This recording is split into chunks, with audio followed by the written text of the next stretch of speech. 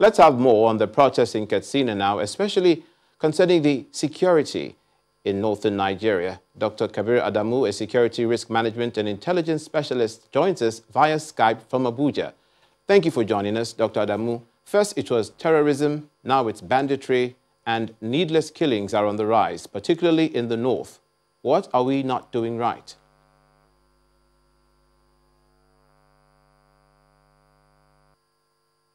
In simple terms, it's a reflection of the failure of governance to provide or live up to its own part of the social contract, which is in the first and most obvious indication of that social contract is the provision of security for the people. And when I say government, I mean both at the federal and at the state level.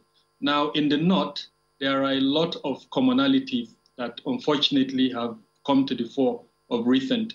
One of them, which is the most obvious one, is the economic deprivation. The MBS statistics that was released about a month ago showed clearly a lot of the northern states occupied the top echelon of the poverty spectrum in Nigeria. Now, after that, you have the illiteracy, which is quite high. You have a huge youth population that unfortunately are not able to fend for themselves.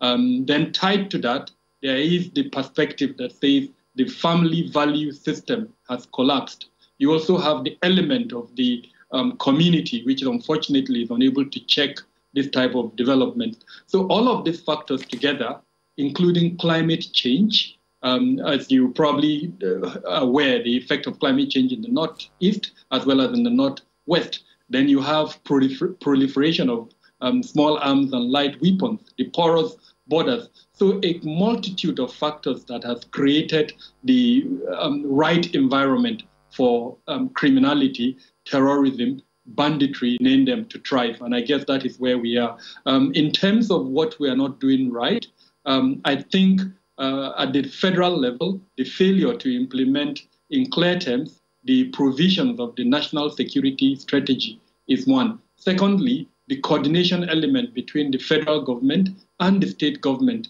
Most of the ungoverned spaces where these criminals, terrorists hide in the north are owned by states. Under the constitution, they own the forested parts that are currently ungoverned.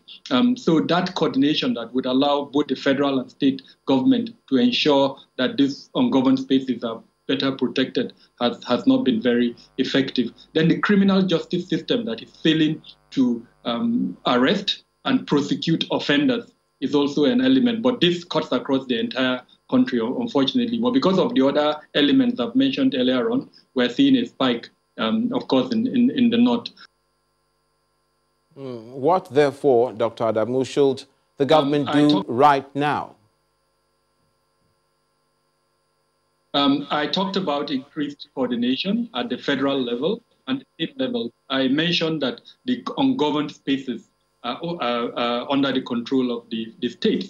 Now, we need to occupy those ungoverned spaces and disallow these criminal bandits the ability to use those ungoverned spaces as haven for their operation. The second and most important thing is to enhance border management. And to that extent, I am actually shocked that we're still giving emphasis to military operations. Occupying and controlling border spaces is a function of both the immigration and the customs. So we need to enhance both sub-regional as well as our national capacity to occupy and manage our borders. Then, of course, the proliferation of small arms and light weapons. I know there is a lot of effort by the National Assembly to come up with a bill, probably that would lead to the creation of a commission for mopping up those small arms and light weapons. Now, the earlier we do that, the better. Dr. Kabir Adamu, Security Risk Management and Intelligence Specialist, thank you for joining us on the news at 10.